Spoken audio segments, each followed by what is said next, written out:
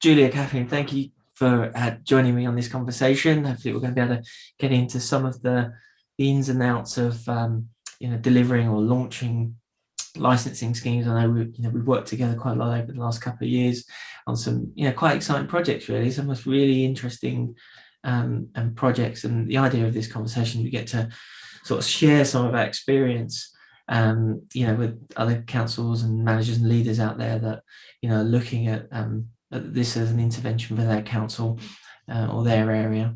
But it'd be great if you could introduce yourself. That would be a nice start.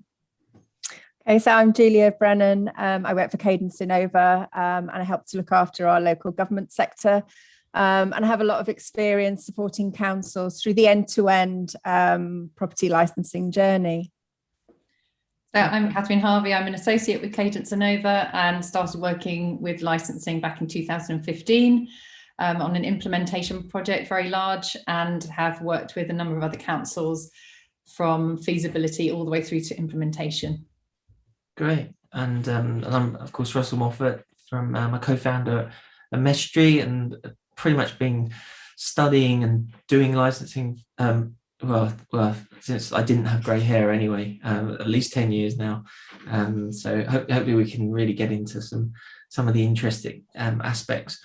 So we've got sort of some key areas to dive into. But the first one, I think, and maybe the most important area, is those initial conversations where we're looking at the feasibility of a licensing scheme in any given area, any local authority area. But to just sort of kick that conversation off, if I was that manager and hadn't had tons of experience of licensing, what insights the key lessons would you share with me, mistakes not to make, the right direction to head off in to start with? So my feeling is it's got to always start with data. There's often muddled up with political will, and you'll have councillors, leaders being really pro-licensing because of the financial implications of licensing. But it's all got to start with the data and whether the evidence is there, because that will be tested all the way through. And we've seen councils where there's been a political will to have a very large scheme, but the evidence hasn't been behind it to support it. And that's kind of doomed to failure, really. Julia, what do you think? No, I agree with that. I mean, certainly with that point around where we've seen this happen, it's quite important, I think, to really stand back and think about what you actually need to achieve from your scheme first. And then from there, actually start to develop those designations based on data, and to make sure that data is really up to date as well, and as up to date as it can be. Mm-hmm. I completely agree with that. Sort of sometimes falls into sort of two sort of problems. Either that there is the problem, we just don't have the data for it, and the evidence is just not there, and there is a data gathering, a data assembly issue. And then there's the other problem of, okay, there's just no data. The area that you're looking at, I don't think it's going to be supported. But what's your sort of experience? We've come across these issues working together, haven't we? There's always some data, but it's often very messy and needs a lot of work. So I don't think there's any easy wins here. That time needs to be spent collecting as many data sources as possible, cleaning it up, and then trying to make sense of it. And I think you really need to put aside what you think is going to be the case, and actually just then go with what the evidence is, stand back and say, what do we have evidence for, and try and put a really robust case together. Because the ministry, if you're going to for larger schemes, they will be looking at the evidence with very, very thoroughly, and so it needs to be there from the beginning. You're right. I mean, they will go through that with a fine-tooth comb, and we've certainly seen where, again, right back at the beginning, when we're looking at those designations, where a council might think something will work as a designation. If you've got one ward in there that doesn't have that data and that evidence, and it's not robust, it actually potentially can pull out the whole designation. So it is really important to make sure that the data is right for every single ward within that designation. Yeah, and that's not just the ministry that's going to be looking at as well. Your landlord groups, if you have a strong landlord group in your area will also be looking at the evidence, if you're not lucky, and will be challenging you on that. So benchmarking evidence, if you've seen councils where they've been successful with their schemes, looking back at their consultation and trying to see what their benchmarks were and seeing what did get through is quite useful. Yeah, that's a really good point. I mean, but the data, there's stuff around the data, isn't there? Like, do you go for property level data and be able to actually prove like the causal link between the thing that you need to be able to show and the direction you're heading in? So are you interested in ASB, or are you looking at hazards, or is it migration, or is it crime, and sort of getting a sense about what the purpose of the scheme is, because the evidence needs to follow that, and then it needs to be really robust. And then if it's not going to be property level, because maybe there's no property level for that particular thing, like deprivation, because that data is only really one way of getting that deprivation data through the index of multiple deprivation government data. Then you're looking at a sort of more of a higher level, LOSA level, and then are we sure that deprivation links to private housing? They're always things that I've sort of, you have to really nail down early on, don't you? We've always recommended a kind of double layer of it will be deprivation, which exacerbates property conditions on the property level. So then you've almost got a secondary level of evidence supporting your poor property conditions, and yet again it's something that the council can do something about. So fuel poverty will make deprivation worse, but fuel poverty is something that you can look at on a property by property level and is linked to rented properties often. So what about that issue? So where you've got one member who particularly wants their ward included. I think we've all been there. The evidence is not particularly helpful. Doesn't seem to point in that direction. What was your tip for sort of managing that process? Because that can be really tricky. It may be multiple wards, in fact. I think, through that. Yeah, we have. I was going to say we've definitely had that experience. So I think it's about managing, the stakeholders' expectations right from the beginning, and just being really transparent. And if you've got a good governance set up as well around that whole project and journey, it is about walking those stakeholders through what the evidence is and where it is, and how those designations sit against that. And I think fundamentally the knowledge that if you have one or two wards which don't meet that evidence level for their criteria, then they risk losing the scheme for the whole area. And I think that usually brings things into focus. It's quite a powerful message. Something that we have heard from MHCLG, certainly that with that benchmarking, that you don't just have to be as bad as the national average or local average. It really needs to be significantly worse. And you need to evidence against that. So I think that's a really key message for those stakeholders. Yeah, no, I completely agree, and I think that point about having that conversation even directly with the members and saying, look, including these wards potentially puts everything at risk, and having that it has to be a candid conversation, but then also start to then think about, well, what else might we be able to do to sort of offset? So if it's not, we're not going to have licensing in your ward and you really want it, understand, but maybe we can do some other things. Maybe we can look at additional licensing for just the small HMOs and not roll over the selective licensing, as you said, which potentially puts the whole designation at risk, either a JR challenge locally or Secretary of State approval. I think that is a really good point, actually, looking at if there is, a ward that can't be included, are there other things that the council can do? It might be, for example, getting an ASB officer specifically to deal with private rented sector, across the borough. If they can't include that, for example, there are other things councils can do. But it doesn't mean that they need to add wards that aren't robust and don't have that robust evidence. I would say though, don't make the mistake of thinking additional licensing is completely straightforward, and the evidence bar is slightly less than I think so. than for a selective scheme that goes to MHCLG. But I think now particularly landlord groups are looking at the evidence for additional licensing, and we've seen in the last few months some potential challenges coming through with evidence for particularly ASB around additional licensing? No, I think you're absolutely right in terms of you can't take anything for granted. Yeah. And it is all subject to challenge. And often those that are willing and able to challenge, they've got the resources and they will. So you've got to be really, I mean, the level of work that we've had to go into for, undertaking effectively research projects, haven't we, in great detail, to be able to set the scene, to be able to create a feasibility, a set of options that are viable, are feasible. And I think if we was, if you were saying to someone that had come to this and hadn't had tons of experience, it's quite an undertaking, isn't it? It's no small thing. It's not a couple of days' work by any means. No, it's not. It demands a lot of resource. It's a real process, right through from data cleansing to analysing, all of the stakeholder engagement, everything it is quite a lot of work. And the consultation as well, all of that, monitoring that, making sure that that's hitting the mark as well, and will stand up to scrutiny. Yeah, in terms of preparation for the next stage is absolutely key. One of the tips I would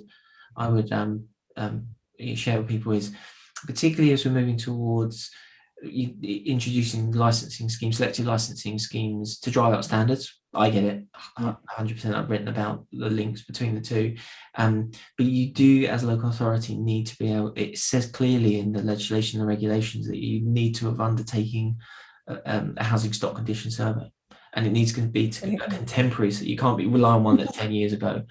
So that there's quite a lot that needs to be done during that feasibility stage, and I think we'd all agree that the more time and effort and frankly resources that you invest in that feasibility period, the smoother and great and savings are made later on. Would you say that would be fair to say that? We've heard of councils presenting data to the ministry that was really out of date, and it was not looked upon favourably at all. And just bearing in mind what wraps around that in terms of resource and time, you just want to get that original data bit absolutely nailed and current. Yeah, absolutely, from the start, before you've even gone anywhere near a sort of a cabinet report where you're looking at areas. I think it's super important. I couldn't agree with you more on that. And I was going to say, I think it's really important to, at that point, to stand back and think about what it is exactly that you need to achieve, and think about those objectives that you might sit behind the scheme, and actually start with that as well. I mean, that's really, really important. Yeah, no, that's absolutely right. So not only is it evidence, but you need to have a pretty good feel for your overall strategy. So if you know where the problems are, sort of studied the sort of the incidents and distributions of the problems. Okay, so then what's the plan? And that's part of the feasibility. So if licensing is going to play a role, where are we going to get the resources from? Have we got the enforcement capability? Do we have the legal resources? How's it going to impact potentially on other factors, homelessness? Have we thought about? So you literally need to go through that whole process of beginning to end, right at the beginning, even though you just want to get on with it. And it is about thinking about how those objectives and what you need to achieve, how will that fit into your service? And it probably sounds crazy that you need to think about how you're going to implement something when you're just thinking about feasibility. But I think it's quite important actually to stand back and think about, okay, how will we implement this scheme? What will this look like in terms of our service? What might the staffing implications be? It's really important to actually start thinking about that right at the beginning. And I know we've had, sorry. No, go for it. No, I was just going to say, in terms of those really large schemes, I think it's quite tempting for a council to see another council who's got a borough-wide or really large scheme and think, well, we can do it. But you have to think about all of those things of staffing, because the ministry doesn't like big schemes at all. So it'll want to see how you're going to be implementing it. And if you don't think you're going to be able to get the results you need, you need to scale back your ambitions, I think.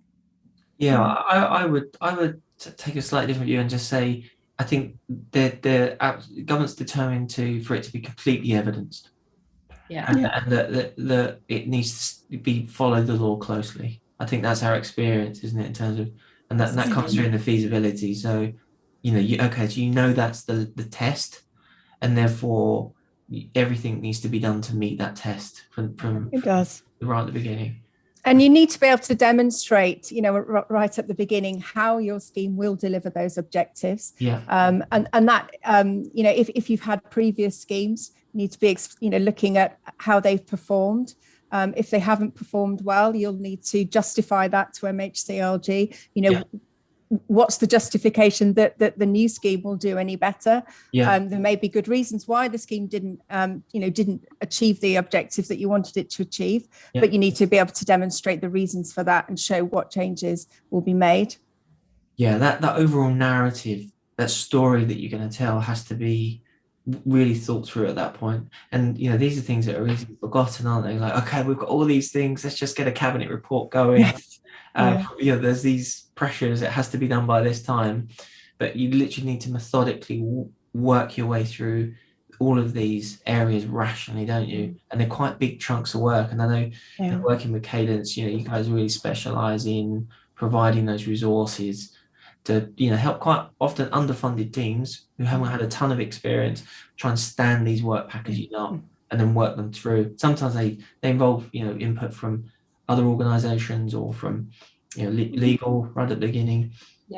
It's a lot of work, it really is, and it that shouldn't be underestimated, actually, and the amount of effort. You just remind me, the other thing that is really important to think about quite early on is things like the housing strategy, empty home strategy, because that is something that forms part of the application, needs to be included, but the kind of lead time for a lot of those things, particularly around housing strategies, some of those are kind of last 5 years, so that really needs to be thought about, because that the golden thread of all of those needs to be woven through the whole application. You beat me to that. I was going to say, you can see that we've had many conversations about it, because I would have pretty much word for word said what you said. And sometimes you need a cabinet report or a series of other separate meetings to get those things agreed. You do. And the lead time on that can be there can be a really big lead time on that as well. So again, you need to factor all of that in.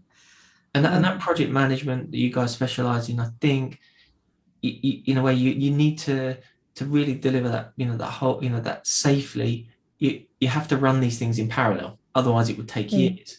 So you have to ignite these different work packages at the right time, otherwise you end up, and we've all been that, we need this report, okay, so we've got another 6-month wait because it's got to go here, it's not going to get approved because there's a general election or something gets in the way, doesn't it? It's true, and I think those a few general elections. Pandemic though, unfortunately, but I mean, a lot of the work, it is around the project management, and it's really important to set up really good governance right from the beginning, so that you can manage all the different teams. Licensing actually touches quite a lot of different teams, even from feasibility, and you need to make sure that the project maintains its momentum and that decisions can be made, and also that the leadership team have confidence in what's happening to be able to make those decisions. So it's really important to actually get that governance properly set up with the right membership right at the beginning when you're thinking about feasibility. And service managers and directors that might be listening to this, they will just they'll have the service, and they may have a small policy team, but actually that we talked about that lift and shift that has to happen for licensing to work. It's like it's a completely new approach, and if it's delivered well, convinced it works. And there's evidence, a number of schemes, particularly in East London and elsewhere, that have really shown that. But what people don't understand is the amount of lifting and shifting that's being done behind the scenes, and frankly the investments that's been put in, but then is returned later on. Would you say that's your experience? It does take some upfront investment, but the rewards are there, and I think the rewards in improvements for residents is something we've really seen as well. Absolutely. I think one thing as well that we've seen more recently, and Catherine, I don't know what you think about this, is that sometimes the biggest scheme isn't always the best answer, and it's about looking at the best approach or the optimum approach for what the council actually wants to achieve. Yeah. And unfortunately, the ministry is sitting on a number of applications at the moment. So I think you need to be kind of quite tactical and strategic about how you put together the schemes as well. Yeah, no, I'd completely agree with that, and that partly goes to the evidence, doesn't it? That it does. If you're going to go, if you're talking about borough wide, and you're trying to lead that as a proposal, then your evidence needs to be absolutely pinned down. It does. Yeah, and with little or no weakness. I think I'd go as far as saying that. Indeed, no weakness. No. Okay, so we've had a good sort of dive into the feasibility of the scheme. So assuming we've got to a point like all our evidence is there, all our ducks in a row, we're ready to go, move forward. What's your talk to me a little bit about your experiences in terms of getting through the designation period, starting from really the first cabinet report that normally authorise a consultation, right through to the a report to confirm the designations. I guess starting with the cabinet report, what's really useful is those early conversations with councillors, political side of the council, to make sure that people are aware of what's coming. So when it comes through to cabinet, you've got the support that you need to get it through. Yeah, that's quite key, really. That sort of early member engagement. Sorry. I know, I was going to say, in terms of consultation, I think it's really important right at the beginning to identify who your key stakeholders are. So who do you need to consult with? Because you need to show that you've thought about that. And also to set out activity-wise what your consultation plan will be, and to have that plan and engage with the departments within the council that will need to actually do the activity. So comms, getting them on board as well, is really, really key. No, I agree. I mean, this space, particularly for me and my experience, I've been through it a number of times. Now you guys have too, and we've done it together. Some councils, this is where you can get it badly wrong, and it really shows, and you're in big trouble, because if you don't get the consultation designation right, there's lots of legislation all around it, and weakness is found, and pretty much everything goes in the bin. And there has been some councils where they've made mistakes in this areas, and resulted in a challenge, not going into them, but the challenge, either it was too short, ended the JR, and actually technical failure effectively, and the whole. So getting it right is so important. Tell me a little bit about even things like where, having the evidence for your case and how you present that. So we do know of a council that, I don't know whether it actually went through to a JR, because I think they withdrew it, but they're having the evidence on their website that was sort of hidden. So I think you've got to be, and council websites are, a joy to themselves, really. But I think making sure that the evidence is really understandable and accessible, so that people can, if they want to get into it, they can have a good read of it. It's a really good point.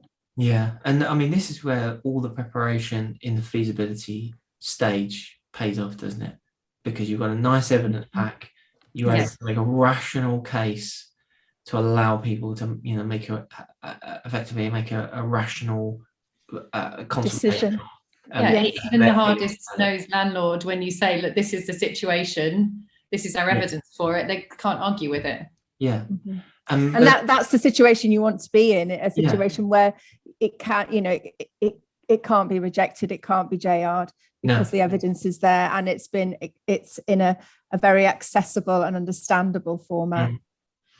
And I've always used the term, really, by the time you get to that cabinet report and you're out to consultation, most things are baked in, aren't they? So that in terms of the areas you're going with, the case that you're making, your evidence, all of those things you really can't move, because you can't tell people, oh, these are the reasons we're doing it, and then get halfway through and go, okay, maybe they weren't the best reasons. What about these other reasons? That's just not, you just can't do that.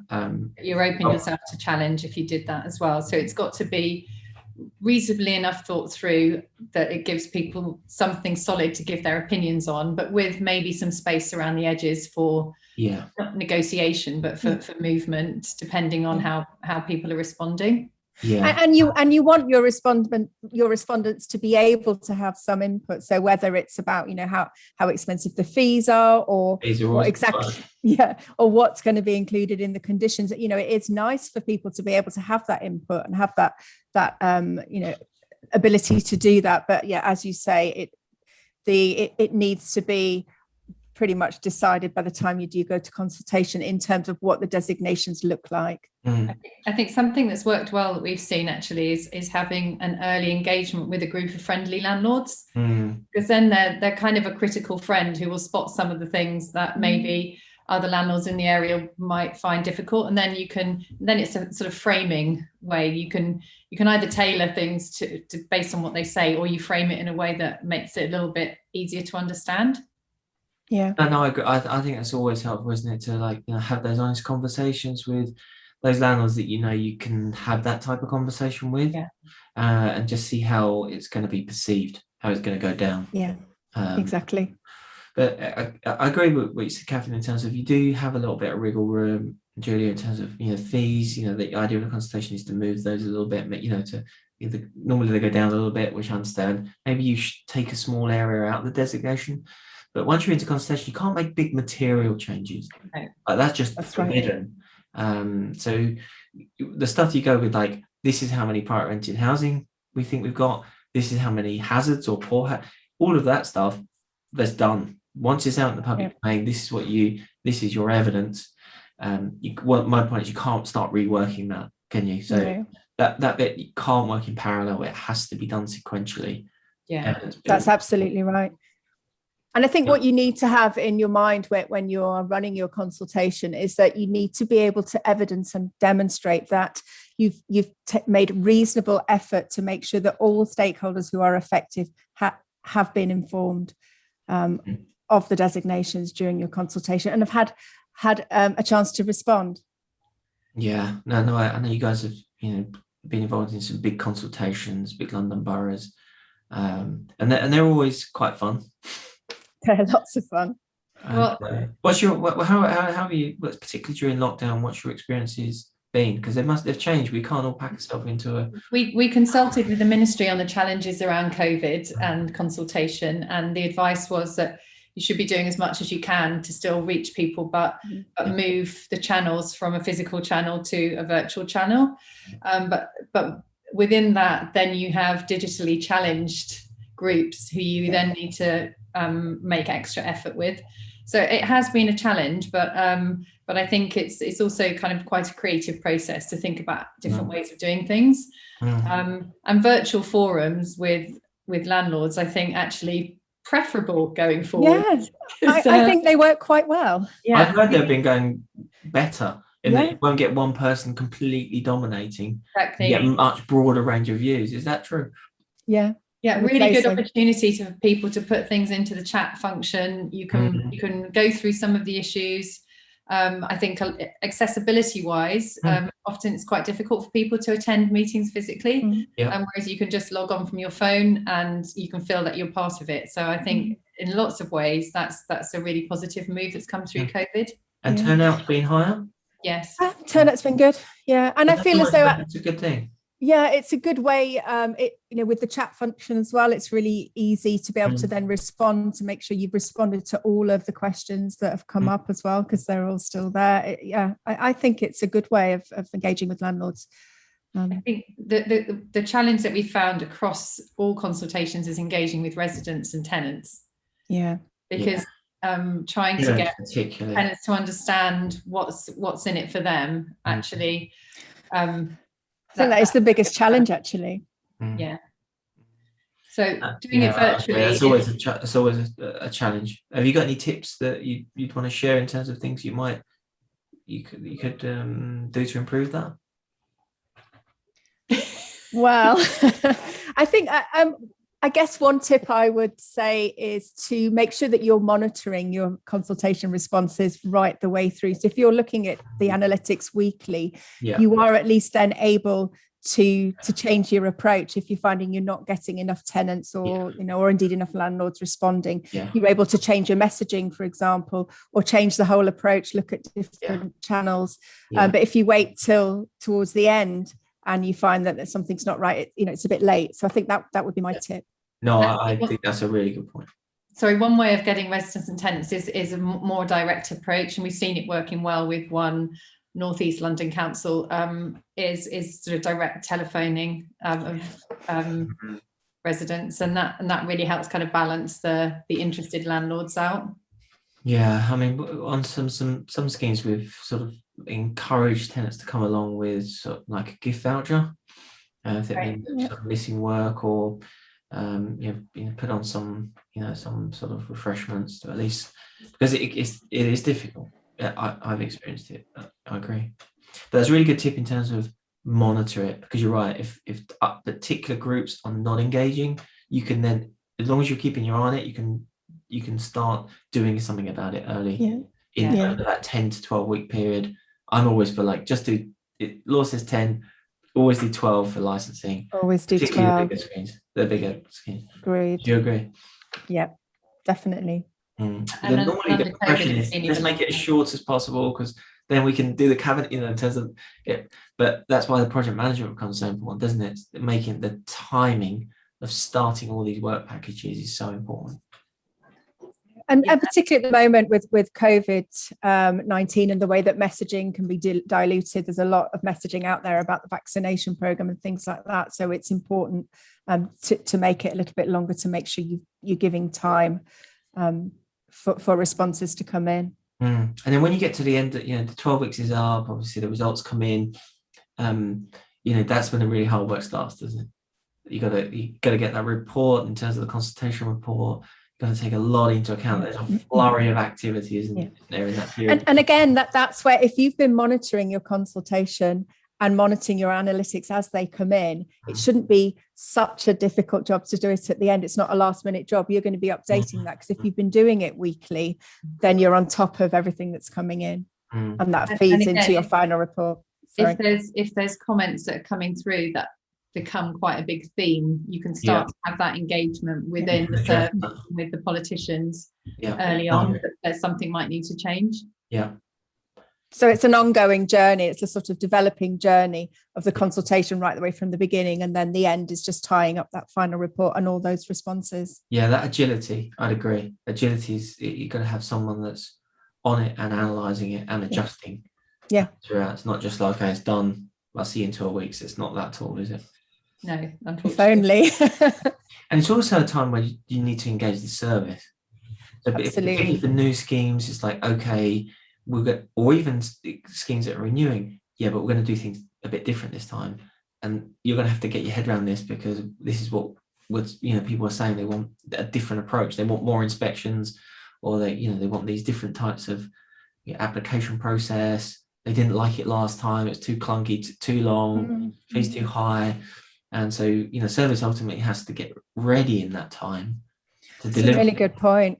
That is a very good point, because it's a good time to think about what the service will look like, what people's roles will be. So engaging with staff to find out how they feel, how will this affect me, and how will my role change, and even things like the IT systems, what will work best for the objectives that the council want to achieve. No, I completely agree, because that's the last, I would say, your last point at which the latest point you can leave the IT to. Yes. Any later in terms of actual delivery, you're really too much risk. So feasibility, we've already talked about, that's a massive undertaking. It's almost like the moment the consultation goes live, the whole IT and delivery work starts, doesn't it? IT, really does. Thinking about recruitment, thinking about how we're going to do things differently, and we're starting to work with the service. And those things take time in local government, don't they? I mean, you guys have... just the recruitment process, even getting to the point where you've gone through all of the hurdles to restructure or to start recruiting, it's a long process, and it needs to be all factored in. It does. And around IT, the procurement, it's a much bigger job than you might think. And it takes a while to get that through, even in terms of sort of stakeholder management. Again, going back to that, getting all the right decisions made by the right departments in the right time, it's no mean feat. was going to say, on a positive though, having worked with various teams now, this is the time when the energy starts to rise and people get quite excited about how things are going to be. So it can be a really good time for working with the service as well. No, I agree with that, because often the feasibility is done within like quite a strategic core. Yeah. It doesn't, and that naturally it's done not in secret, but under the cover so much in terms of trying to. And the moment it's all out, it's out, and everyone's starting to think about, okay, so how's it? What's this mean for me? Like you said, service can get excited. Okay, we're gonna, we're gonna be bigger. We're gonna be better this time. Yeah. Learn the lessons. This is the first time. This is really exciting, but it's quite scary. Particularly the first time around. Yeah. No, I agree. I always enjoy the energy, but I guess we are consultants, but also local government people, really, that having people around in that really have been on that journey many times, understand the ups and downs of it, can keep a level head where it all looks like it's going a bit balmy, and like you said, keep people calmer when it all looks like it's going too well, because there's always the next challenge around the corner. I think it's really it works out cheaper for local authorities to do it that way, but partly because it also saves the managers, the actual service managers, to focus on the delivery part. Because you can't, however brilliant you are as a service manager, you can't do all of that feasibility, consultation, all the stuff that we've been covering, and also get your team ready to undertake one of the hardest things they've probably ever done in terms of recruitment, all the other things. You literally need to be working 24 hours a day. You do, and carry out your day job at the same time. Yeah, with all the other things that go along with being a manager in local government. We had one really nice response from a council we work with, was that they felt they were drowning, and we came in and gave them a life ring. I did love that. It's just too much. It's just too much to do. It is too much. It's to do it well. It's a very complex, high risk, high reward intervention is how I describe it. And anything that involves a lot of risk, you've got to try and mitigate that risk. And having people around that know what they're doing is the obvious way to do it. And there's a lot of moving parts. So as you say, you've got to keep your eye on a lot of things at once. Yeah. And spot the bear traps and know where the bear traps are too. Yeah. So for local authorities that have introduced either additional licensing or selective licensing up to 20% to PRS, they can move ahead now, go into the 90-day sort of startup period and get on with the delivery stage. For those, and there are a number, there's a lot of cities, boroughs, towns that have gone beyond 20% because that's what the evidence said for licensing. And they need to make a submission to the Secretary of State and get approval before that scheme can go live.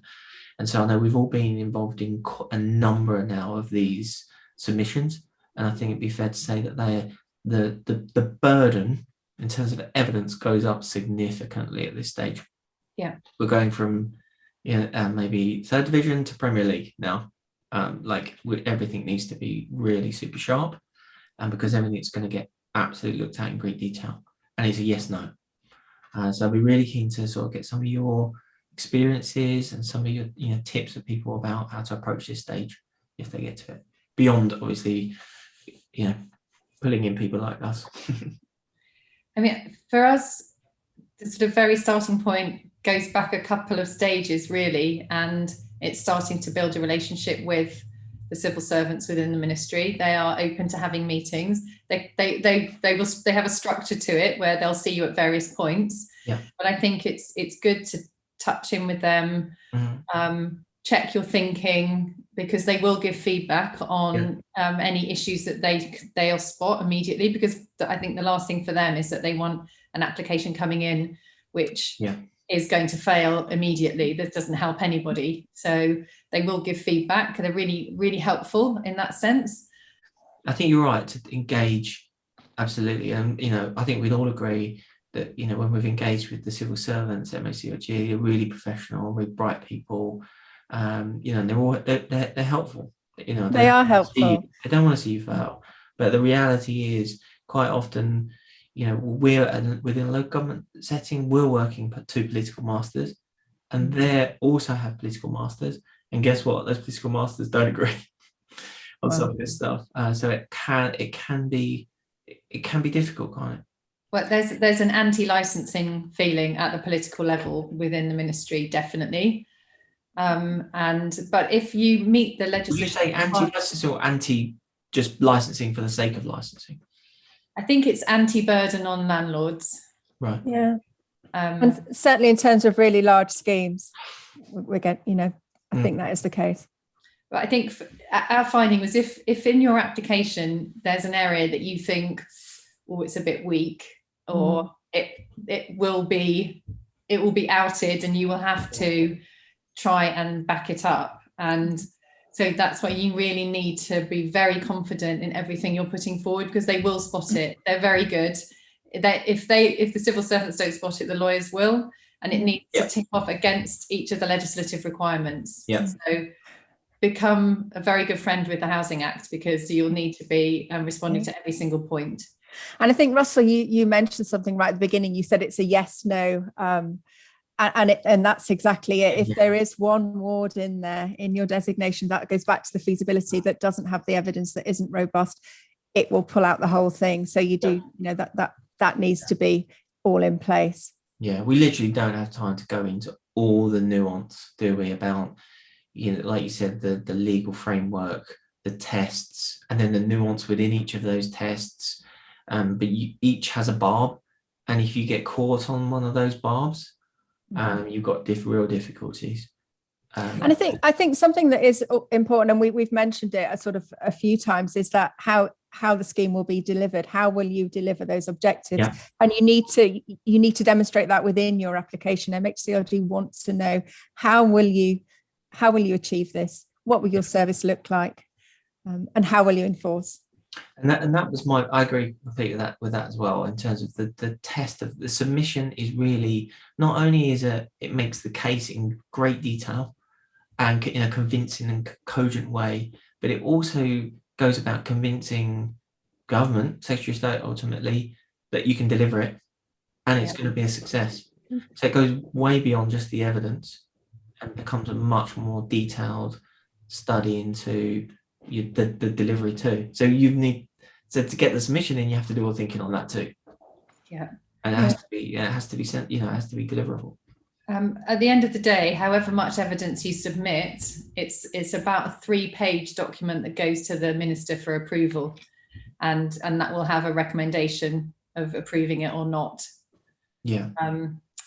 And we can share with people, I've certainly heard it pretty much from the horse's mouth. This is a 100% political decision, but to even get it to a political decision place, you have to get through all the legal tests. Yeah, it's a bit like climbing up a mountain, and then the final stretch is the political part. You can't even get to that part unless you've gone through all the legal tests. Is that and ticked all the boxes and got it?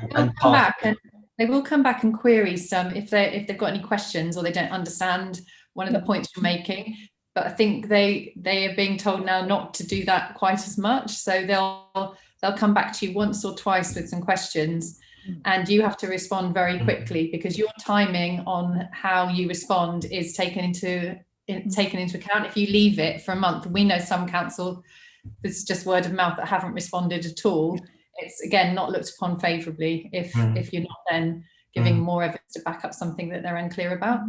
Which is why sort of having people who are in a position to do that response available during that period is really important too, isn't it? Really, it is important. Yeah, because and get it. I think I was going to say not to underestimate how much work might need to go into responding to those questions, depending on what's been asked. Yeah, obviously. they're not like one-line email responses, are they? No.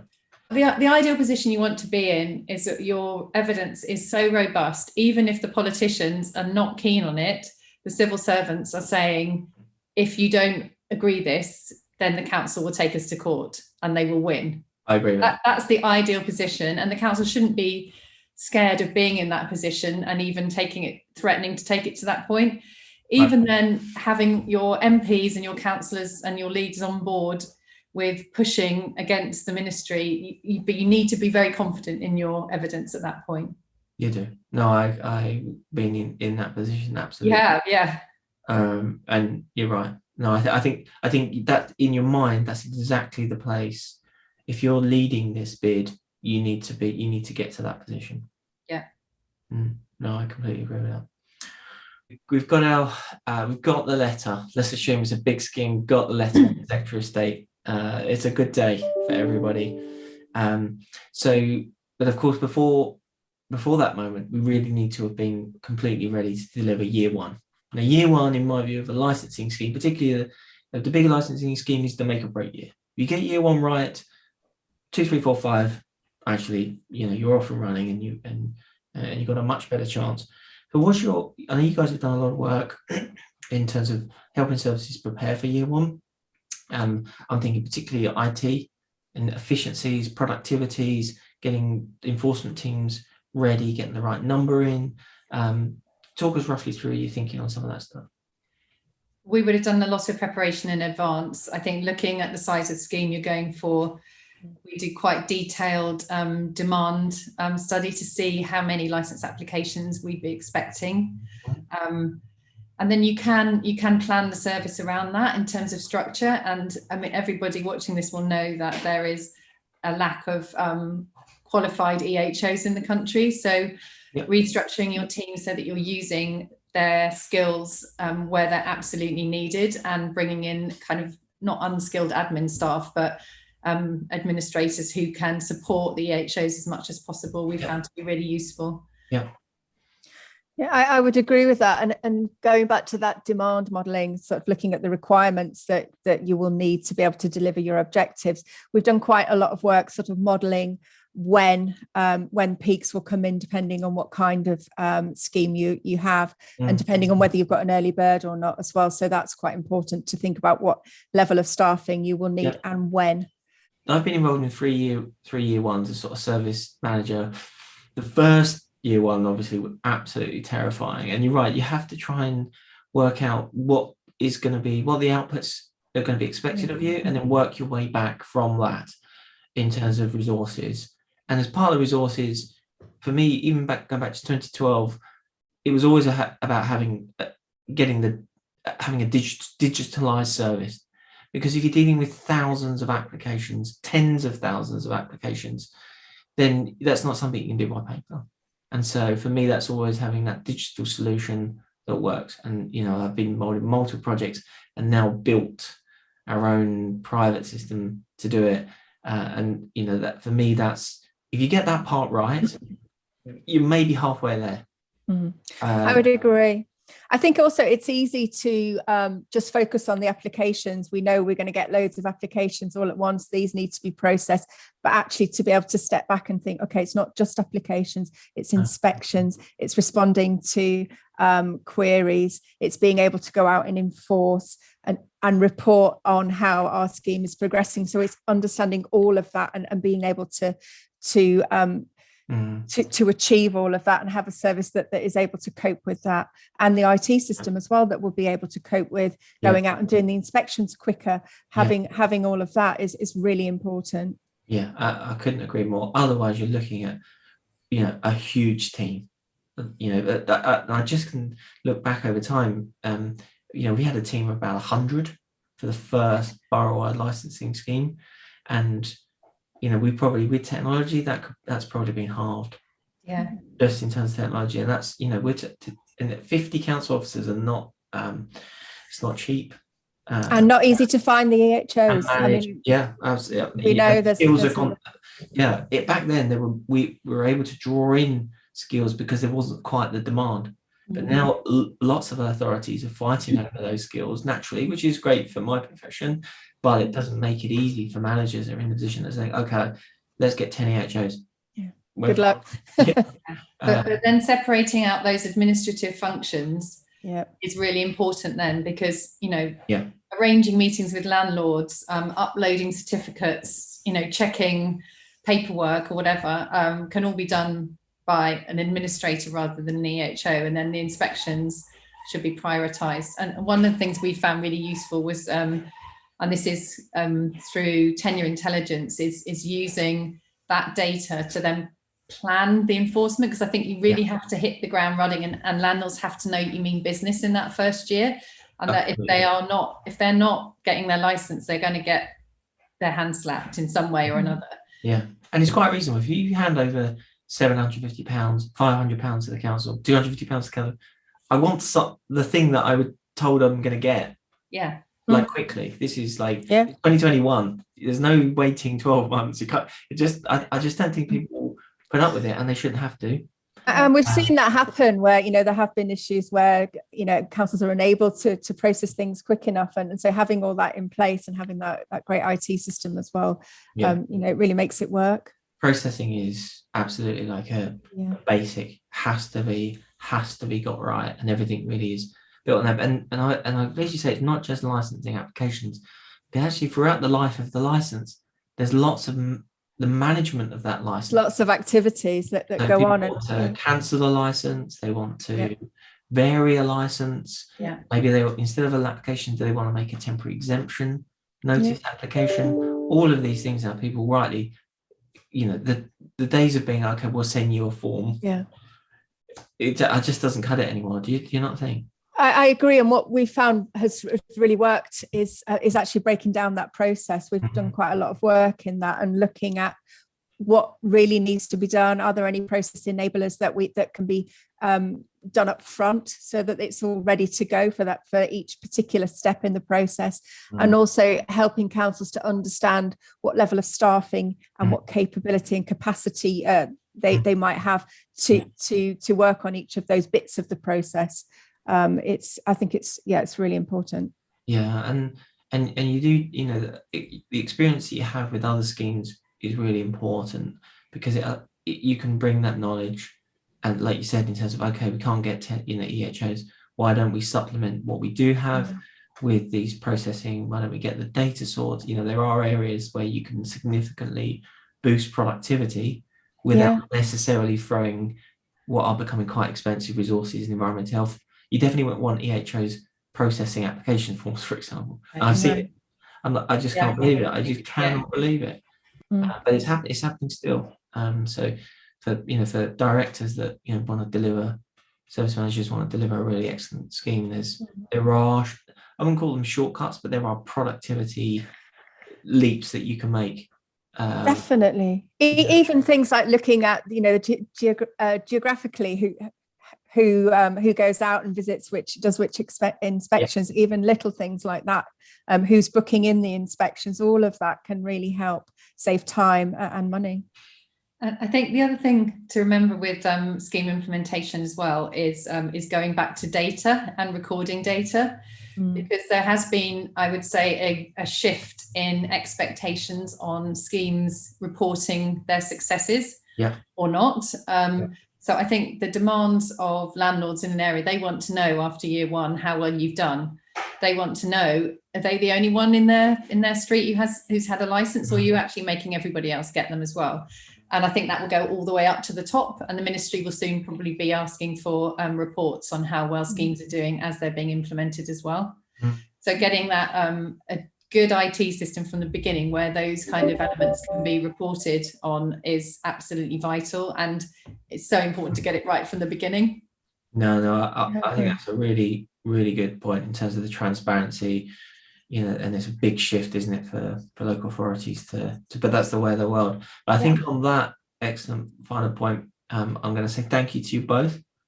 We always enjoy chatting with you and working with you, and I'm sure people will, if they watch this video, get in touch with either one of you. I imagine would be fine if they wanted to have or even all three of us. I'm sure we'd be happy to have a chat. So thanks, guys. I'll speak to you soon. Thanks. Thank you. Okay, thank you. Bye.